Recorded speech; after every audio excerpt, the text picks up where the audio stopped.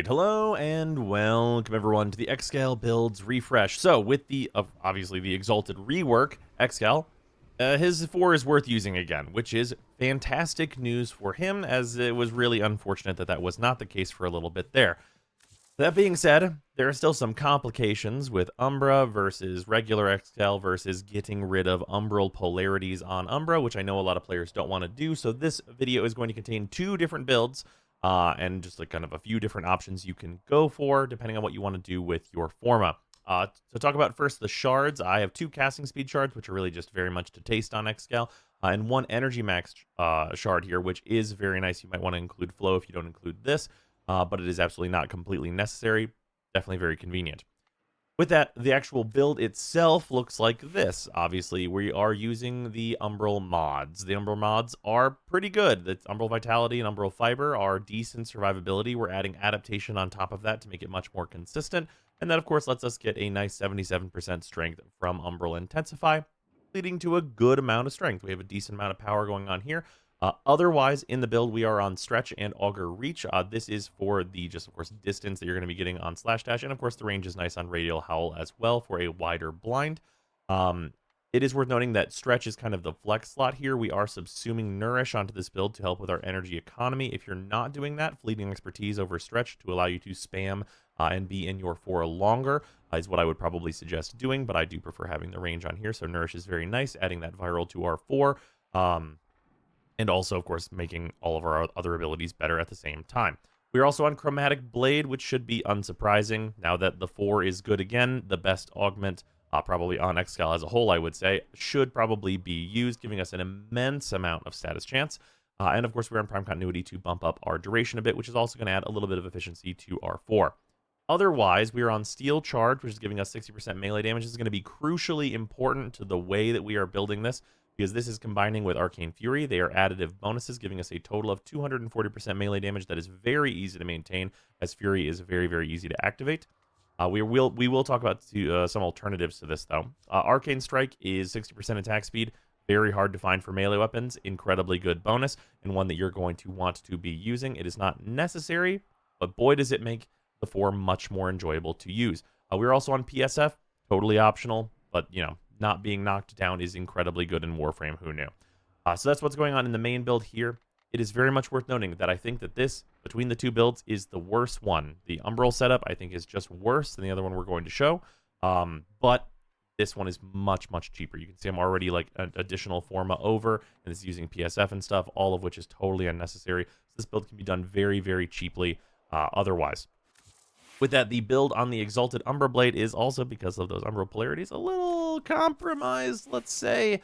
I am using this. You'll note that I'm using Sacrificial Steel. I am not using Sacrificial Pressure. Unfortunately, Sacrificial Pressure, even with the set bonus, is considerably weaker than Prime Pressure Point, and that is part of the reason that we went with Steel Charge plus Fury instead of putting the Sacrificial Pressure in here. Of course, you can still totally use Sacrificial Pressure. This is fine, and you can do it. It'll give you a little bit more crit as well. But that is not super worth it, because Blood Rush is a mod that exists that we can use now. And this is an influence build, so we're going to want to be building up that combo anyway. If you're fighting Sentience or something, then probably this is going to be an improvement. But generally speaking, I like the additional 60% electricity. And of course, that is going to increase our elemental damage modifier as well. So Voltaic Strike does double duty in making us do way more damage whenever influence things are happening, making it much better in my opinion. Otherwise, Prime Fury, as usual, this can be swapped out with Quickening if you don't have it, and it's going to be just about the same. There's an argument that the additional combo chance is actually a huge benefit on Excal, so losing that 15% attack speed may even be preferred. Otherwise, Sacrificial Steel comes with another downside, and that is that we need a source of crit damage. Usually, and on the other build we'll show this, Galvanized Steel does double duty on being our Steel mod and also being Organ Shatter simultaneously. Obviously, it's less crit, but most of our crit is handled by Blood Rush. So, optimally, you would not use either of the sacrificial mods. You would instead, of course, like replace Organ Shatter with Galvanized Steel. And this could be any number of other mods. Even more attack speed is a great option, maybe allowing you to replace Strike in the main build, or, you know, any number of given other things. There's many different modifiers that can go in this slot. Some people might prefer Galvanized Reflex to very, very quickly build up some initial combo to turn on your Weeping and your Blood Rush faster. Lots of options in this slot if it doesn't kind of have to be a sacrificial mod. You can see I already tried to get there as much as I could. This is a 4 forma build. Again, You can just use the sacrificial pressure on this. That's fine. It's not going to be bad, but it is not exactly desired. With that, I've talked down about this build a bit, as it is just kind of it's the compromised one, right? That being said, new Excal is still insanely good despite being compromised. So he's not going to have any trouble with really any group of enemies that's not able to kill him, which is going to be the primary problem. Because, you know, we're going to do melee influence things. You can see, like, just slash dashing into this group of enemies. We did not even get to a 2x combo. They are all dead. That enemy died before I could even connect with a regular attack on them. And that only gets exacerbated as the mods in your build start turning on.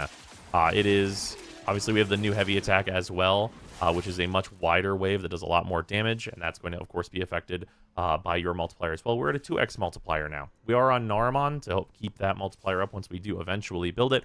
But there is enough power in this Excal build, even in its compromised state, to really take on anything. You will be happy to see an attenuated enemy because it means you can slap them until your combo is full, because they'll actually be able to survive what you are outputting in terms of damage at them. So is it going to be a problem that you have those umbral slots? Absolutely not. However, I do think there is a better build. Now, you can option select this. Some people have decided to put it on regular Excal because they don't like it when Excal controls himself, which is fair, for Umbra, or you can replace Umbra polarities. The choice is up to you. Obviously, I'm in the founder's position of I have Excalibur Prime, so I am going to do that. But the build changes rather significantly. So, first thing to note about this build is it is a little bit deceptive in how it is displayed. For whatever reason, Precision Intensified displays here, it usually doesn't. So for all of the other abilities, this is actually 139% strength. And specifically for Exalted Blade, it is that 229% strength, just to clarify that right off the bat. So with that, we are on some things that you could expect. We're on range, we're on duration. We dump our efficiency and just go for Blind Rage for more power, so that we can run overextended for considerably more range. Now, you don't have to do that. It is very reasonable that if you don't think you need all of that range, personally, I like it so that Slash Dash hits as many enemies as possible. But you can run just Stretch here. If you run just Stretch here, obviously that's considerably more power. That's 60% more strength for everything that you are doing, and that is going to be pretty large.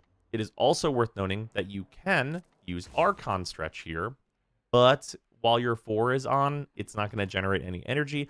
So unless you really want to just like over-invest into the build for kind of no reason, probably don't need to do that, because you're not going to be like using your 1 without your 4 basically ever. But it is something that you could maybe consider tossing in here if you're going to invest all the format anyway.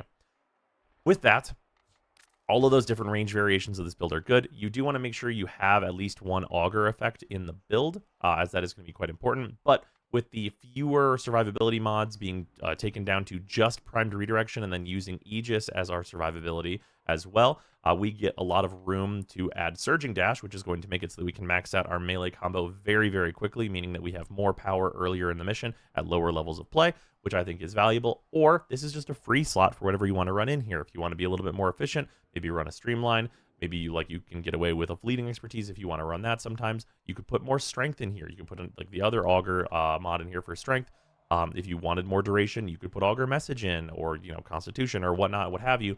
This build just kind of has a open slot for whatever you want to do. It's also worth noting that if you don't go the Blind Rage route, and you could replace this with like Transient Fortitude or something, and then you feel like you have enough efficiency at that point, you could actually also keep your 3 and then go with the Augment for your 3, which is a separate damage multiplier for melee. Personally, I think that's kind of like unnecessary as upkeep now. We're not just only using Slash Dash anymore, and of course, as you saw, our damage is more than enough for anything that we're going to come across. So I don't feel like that's necessary, but it is another build option that we can go into. We are still on Strike because I value the attack speed, but you could go Fury if you're going to mostly spend your time in Slash Dash, as Strike does not affect Slash Dash at all. We are still on Steel Charge for that additional 60% melee damage, which is quite good. And on to the Exalted Prime Blade.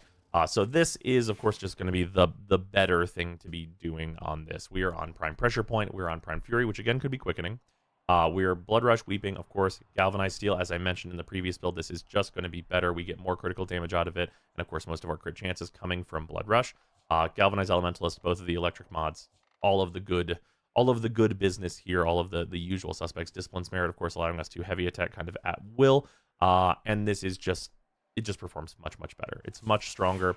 You get more range, you get more strength on your 4 specifically. But of course, we talked about the option selects you can go into for that. It is worth noting that on this, I did include 2 of the Tau energy shards. You probably only need 1, but 2 is extra comfy. You could like have 2 open slots here for whatever. I mean, I have a parkour velocity and such in here, and a casting speed. Like these could totally be swapped out to something else. Maybe just 1 energy max is all I would really recommend here as a definite. And then you just have 4 slots to do with whatever you want with them. To show this build off real quick, it is going to be especially clear how much faster this ramps up. But that is going to be the primary difference because we are going to be building that combo so much faster. Getting to like, this one group of enemies, we can get up to like 6x combo very, very quickly and actually start getting our bonuses. Being able to build up to that high combo lets us show off kind of what we're getting at kind of max performance with this weapon. You can see we're not even really getting to the other enemies. 400,000 damage just from the electric procs. We only got to 8x from 6. You can see just kind of like as this scales up quickly to start using like the higher levels of weeping and such, the enemies don't like it. So now we're at max, and once we are at max combo, obviously it's going to go down slowly because of Naramon, but us hitting the enemies just a very little bit is going to cause hell to be thrust upon them. So yeah, it is absolutely devastating. One of the other benefits to really high range is to note that your 1 can be used for fantastic movement. Whenever you're generating a ton of energy with Nourish, there's pretty much no limits, so you can just use this as kind of an extra jump. And you can actually do it multiple times in midair as well if you're just like gliding around, giving you very, very excellent movement to be utilizing on Excal. Of course, you will need to be picking up energy there and using Nourish and such. But yeah, that's like a consideration for maybe even a 3rd energy max shard, and it's also consideration for higher efficiency if you do want to do that. But yeah, that is that's what's going on with Excal. We are going to take Umbra, of course, for the test, because that's going to be the one that's going to be much more relevant and much more budget-friendly for a lot of people. But just know that the other build does exist if you want to go that direction. But yeah, let's jump into Tav and absolutely obliterate some guys.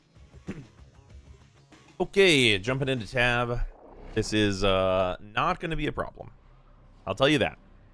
If it wasn't obvious from the enemies in the simulacrum instantly being evaporated upon contact with Exalted Blade, that's going to be the norm at the vast majority of the levels of play. Scans show Grenier are harvesting Kuva nearby. It is also worth noting because you don't really need combo that much. You could just run a Dexterity Arcane in one of your weapon slots, or both of them. And then just like you could also throw Zenric on here for some like early generation with Nourish if you wanted that. I don't really value that particularly much.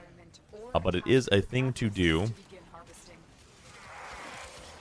You can see Influence giving us that AoE there. You can see like it'll just like basically spread out to all the hallways. Our waves go quite far. Hallway setups are going to be, of course, exactly what you want on Excal. Another thing that I didn't mention specifically is that we are on Diriga. And as is the usual case, you can use Diriga to prime, which means that if you don't want to use Nourish, or you don't have Nourish for whatever reason, you can instead use Lyceth's Hunt. Lyceth's Hunt is quite good at generating energy because these are melee kills. You will need, of course, to get nearer to enemies in order to make sure they do have the additional statuses in order to increase its duration. But it is effectively a, like, just turn it on and, like, never have to recast it. Unlike what Nourish is going to be here, we'll have to cast it every 30 seconds or so. But that is, of course, not really a big deal. Building up combo pretty fast here. 1 minute in, almost 200 kills. Which is honestly to be expected with this weapon. Oh, burned my combo by accidentally hitting it at the wrong time. Not like that's going to matter. Because these enemies hate it. They do not like. They're not fans of the current events. And they wish this was not occurring. So you can get up close and personal with like Xmas enemies and such if you feel like you need to. Of course, defensively, we have adaptation and such, but you also just have your 2 if you just want to blind enemies, which is also going to be a damage increase. You can see your heavy attacks just going through just large swathes of enemies and being very effective there. Also, anytime you press your 1, you're of course invincible for the duration of it, which allows you to just like dash through and just get a ton of kills. Influence still procs off your 1. Your 1 takes all the stats of your 4 whenever it's active, so that's incredibly good. And it's just insanely effective overall. Like, I mean, just insane. Like, we're at 2 minutes, 300 kills. Like, great stuff here. Obviously, like, the 2 minutes 300 kills would met out if we can keep that up for the entire 10 minutes to 1,500 kills in this mission, which is stellar. 150 KPM is phenomenal. As usual, though, I mean, like, the usual problem that you're probably going to run into with Excal is going to be survivability. Surviving certain things is just, like, you know, going to be on the more difficult side for Excal. Like, you know, different acolytes and stuff, if they turn off your 4, and just such like that. Just being a health tank or a shield tank and all of that it just comes with its vulnerabilities. Like, this build versus, like, enemies that deal Toxin obviously will fare a little bit better than the shield gating build that is on the other option, the non-Umbral build. And that's consideration if you feel like you're going to run into that a whole lot. Obviously, the Coda have some Toxin to go around if you've been hunting them, so there's that to consider as well.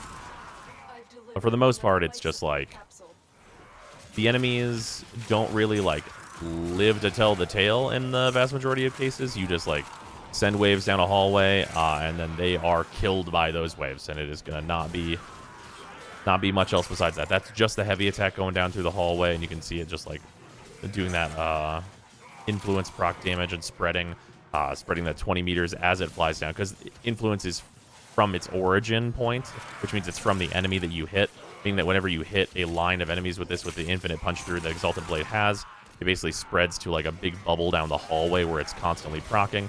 And it is, of course, a ton of statuses that we are kicking out. Let me throw Nourish back on, even though it's clearly pretty unnecessary outside of the energy economy that it is going to generally provide. Though, whenever you are able to concentrate all of the kills on yourself, you're not, like, competing with teammates for kills and, like, just space in the mission for enemies, then, of course, you're going to have a much better time with ammo, with the energy efficiency. Not ammo, energy. Yeah, it's just, it's an incredible amount of power to be kicking out. Is it as good as, say, like, what we're going to be showing with Korra? No. But not a lot is. So there is also that. Korra video, as a heads up, should be probably tomorrow for those that are looking into all of the different Exalteds. Baruch, as of the recording here, is still bugged to not work with Influence, so I can't do the proper testing on Baruch yet. But I am planning for an update for that. Gara does also seem to have some bugs plaguing her. So that is also kind of on the back burner until those things are fixed. But Excal appears to be working all correctly, or at least as correctly as anything is in this update. So things have been very good for Excal. Slap on Viral once again. Got our first Acolyte coming in. We're just at 5 minutes here. That's going to be 739 kills, just under that 150 KPM. Here's Violence. Goodbye, Violence. Can't turn off my 4 if I kill you. So that is a lesson to be learned by Violence for the future. Those heavy attacks are obviously quite strong. As you can see, an enemy that can actually get close enough to be hit by both the wave and the blade has found out quite quickly that the power expressed here is not low. So there's that going on for Violence. But yeah, you know, of course you are under threat from Violence. Violence can be a problem for you if you're not running something like Silence yourself, because it'll turn off your 4. It is worth noted, if your 4 does get nullified, you do lose all of your combo. But that's not the end of the world. You can build it up quite fast. You'll kind of scale up, like if for whatever reason you have, like, less combo, the enemies will take less damage, which then allows you to ideally hit them more. So that is going to be a problem that will usually sort itself out, as I just accidentally heavy attack at the wrong timing. You'll see that, like, these enemies being a little bit tougher from the very few levels they've gained will allow me to build combo up much more quickly.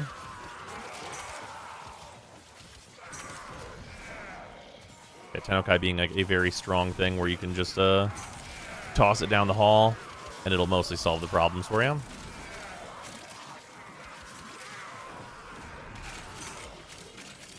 Okay, we can go through down here and grab some of the different things that we've missed. In terms of the life support and all that, we're way over on, like, kind of what is necessary for life support, but, like, just great stuff happening. Influence doing its thing to increase Excal's AoE exponentially. And, like, hey, Exalted Blade is good again. I'm really happy that they added the extra, like, new heavy attack to it. I think that that is, like, a good feel improvement. And, of course, like, the improvements that were made to Slash Dash quite a while ago at this point are obviously still very much in effect for just chaining between enemies and doing a lot. Although, obviously, in terms of, like, just raw damage output on, like, there we go. On, like, single enemies and such, if you're using your 1, it is going to be less, like, single enemy damage output than if you were just, like, using your 4 a bunch on them. But, like, you're invincible during your 1, so you win some and you lose some in those cases, I suppose. And influence, like, obviously at high combo, like, is generally going to be a thing where, you know, if I'm invincible down this hallway and, like, just cannot be stopped, it's hard to have very many complaints. We're also very, very fast while we're doing this. So you can just, like, move point to point and, like, hunt down enemies very, very quickly as we just, like, very, very speedily move through the map and eliminate groups of enemies. So that, of course, has its advantages as well. Yeah, just getting group to group here, as you can see, just, like, snaking through the map, just killing everybody, spreading influence, just going through and doing some real good business here on Excal. The hard landings, I will say, is one of the unfortunate things. Unfortunately, we don't have, like, infinite room and have, like, a really amazing survivability skill. Otherwise, we might actually have room for, like, something like Kavat's Grace, which would be a pretty funny include just because of those hard landings. But we're not quite at the build freedom level of, like, a Mesa or some such. So not quite enough space for something along those lines, I think. There's Misery. Goodbye. Using those heavy attacks and, like, the actual blade instead of just the waves, which only precious few enemies will be introduced to the actual Exalted Blade itself, and not simply the waves that come off of it in terms of what will kill them, which is why I would say you're seeing, like, lower damage numbers than you might expect, because it's really just either our 1 damage hitting them and then they die, and then all the influence procs go off and everybody takes the damage from those, and so on and so forth. In the Simulacrum, where enemies are a little hardier, you can actually see that Exalted Blade connect more often. But the kill rate kind of speaks for itself, I would say. We're at 1,300 kills. We still have, almost a minute to go in terms of this mission, and I have been just kind of messing around for a large part of it with just, like, dashing around with Slash Dash and such. You can see Nourish doing a very good job. We picked up 200 energy there, filling us right back up in terms of our energy max. That's another reason why, hey, maybe including more energy max shards, very reasonable if you just want to, like, be very, very safe with your economy and kind of never be in danger of running out outside of being spammed with magnetic procs or something. That is definitely a way to go as well in terms of more shard investment. For me personally, more shard investment, even the shards I have on him seem very, very optional. So no real need to, like, do insane over-invest on what Excal is going to be up to. Yeah, that's 10 minutes, 1,400 kills, about 140 KPM, which is phenomenal. That's fantastic. That is a very, very good kill rate, and obviously much better than what we were doing with Excal before, which is, like, replacing his 4 and such, and, like, needing multiple enemies set up with his 3 most of the time, and having to use, like, double augments a lot and all that business. This is a much better performance overall. And it is worth noting that if you do not care about, like, the AoE you get from influence, you can actually go exposure on this and, like, do a build that is going to be more about, like, instant hit damage for, like, really nuking down enemies. But I really don't think that route is necessary at all at current time. Yeah, that's Excal. Huge improvement. Very happy to see him come out on top on the Exalted rework, along with many others. Kind of no losers in the Exalted rework, I think. But yeah, that's going to do it. I will see you tomorrow in what is likely to be the Korra video. Hey everybody, it's time to thank the patrons that are hanging around and supporting the channel.